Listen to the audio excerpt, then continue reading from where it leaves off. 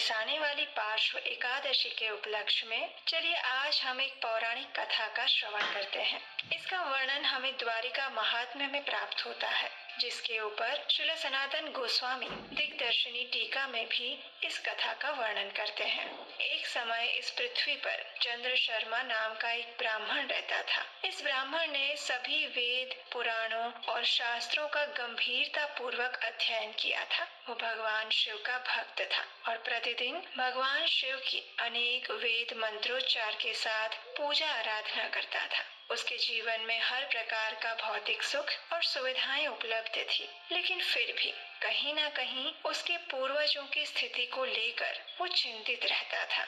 एक दिन उसने अपने स्वप्न में देखा कि उसके पूर्वज ने पूर्व काल में दशमी से युक्त एकादशी का पालन किया था और इस कारण से उन सबको प्रेत योनि प्राप्त हुई थी। हालांकि चंद्र शर्मा को पूर्ण पुरुषोत्तम परम भगवान श्री कृष्ण में कोई विश्वास या श्रद्धा नहीं थी, इसलिए वो एकादशी तिथि को लेकर भी ज्यादा गंभीर नहीं था, लेकिन अपने पूर्वजों के उद्धार के लिए वो चिंतित हो गया। ऐसी स्थिति में एक दिन भगवान श्री कृष्ण के किसी भक्त ने आकर उससे मिले और उन्होंने चंद्र शर्मा को सुझाव दिया कि वो अपने पूर्वजों की मुक्ति हेतु द्वारिका में निवास करने वाले भगवान श्री कृष्ण से जाकर प्रार्थना करें। अब ये सुनकर चंद्र शर्मा ने द्वारिका जाने का निर्णय लिया और निकल पड़ा भगवान श्री कृष्ण के पास जाने के लिए। वहाँ पहुँचते ही उसने भगवान श्री कृष्ण से भेंट की, उन्हें प्रणाम किया और भगवान ने भी उस ब्राह्मण का यथोचित आतिथ्य सत्कार किया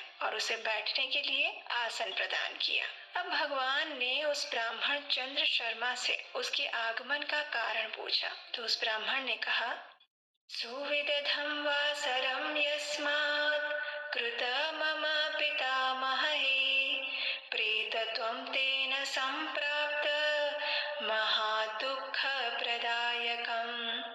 हे पुरुषोत्तम भगवान, मेरे पूर्वजों द्वारा भगवान हरि के इस व्रत का पालन दशमी के दिन किया गया था। इसके फल स्वरूप उन्हें अत्यंत कष्टदायक प्रेत योनि प्राप्त हुई है। कृपया आप मेरे पूर्वजों का उद्धार करिए।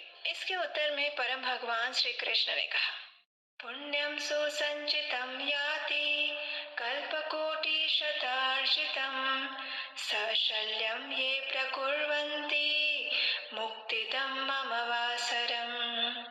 जो व्यक्ति मुक्तिदायक मेरे दिवस पर उपवास करता है, लेकिन वो दशमी के साथ सम्मिलित हो, तो उसके पूर्व काल के 100 चक्रों में अर्जित सारे पुण्य नष्ट हो जाते हैं। यहाँ एक चक्र का अर्थ होता है 1000 युग और इस श्लोक का अर्थ है कि जो व्यक्ति दशमी से युक्त एकादशी व्रत का पालन करता है, उसने 100,000 युग के अंदर जितना भी पुण्य फल अर्जित किया होगा, उन सब का नाश हो जाएगा। स्कंद पुराण में भगवान ये भी कहते हैं कि जो एकादशी दशमी से सम्मिलित होती है, उसमें असुरों का वास होता है और इस दिन उपवास करने वाले को नकारात्मक परिणाम प्राप्त होते हैं, भले ही वो एकादशी क्यों ना हो।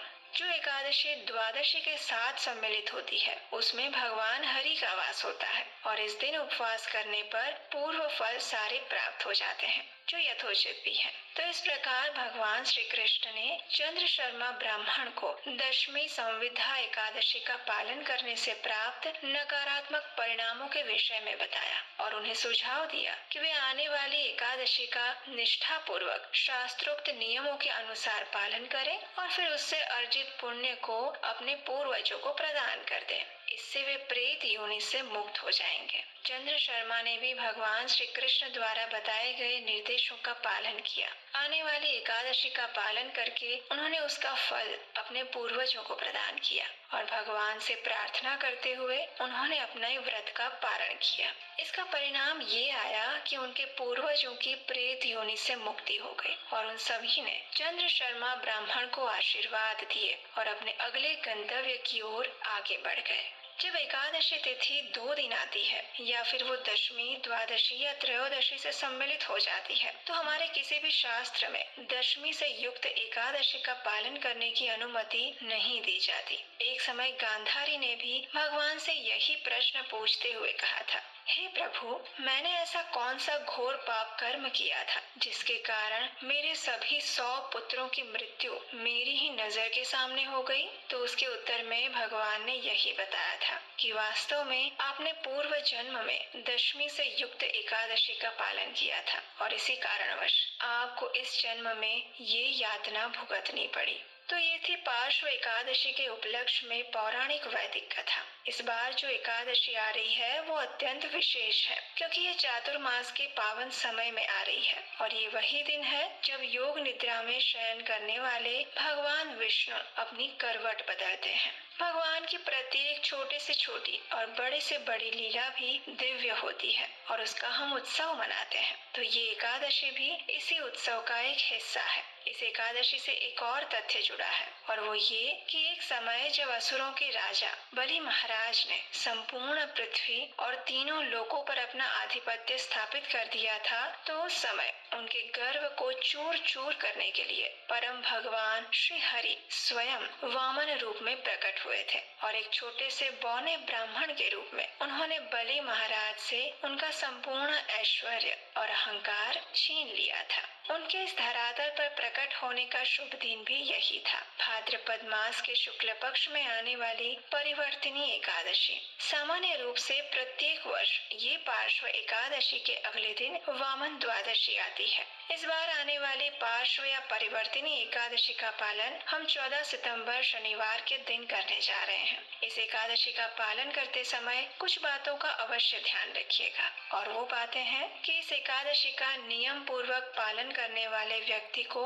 प्रातः ब्रह्म मुहूर्त में उठ जाना चाहिए। स्नान इत्यादि से शरीर को स्वच्छ करके भगवान की मंगला आरती करनी चाहिए या फिर ऑनलाइन उसका दर्शन करना चाहिए। उसके बाद तुलसी देवी को जल अर्पण करके उनकी 4 बार प्रदक्षिणा करनी चाहिए। उन्हें धूप, दीप, गंध, पुष्प अर्पित करने चाहिए और उनके समक्ष बैठकर हरे कृष्ण महामंत्र का जप करना चाहिए। संपूर्ण दिन में उपवास का पालन करना चाहिए और इसका अर्थ ये है कि किसी भी प्रकार के अन्न जैसे कि गेहूं, चावल, दाल, तामसी भोजन इत्यादि वस्तुओं का सेवन कदापि नहीं करना चाहिए। अगर आवश्यकता लगे तो दूध, जल, फलों का रस या फिर एकादशी प्रसाद ले सकते हैं। इस दिन अधिक से अधिक समय भगवान का नाम जप करने में, उनकी कथाओं का श्रवण और पठन करने में लगाना चाहिए। इस दिन हरे कृष्ण महामंत्र की अधिक से अधिक माला का जप करना चाहिए, जैसे कि हरे कृष्ण कृष्ण कृष्ण हरे हरे, हरे राम राम राम हरे हरे। ये महामंत्र है और इस महामंत्र की कम से कम 16, 25 या 32 माला का जप अवश्य करना चाहिए।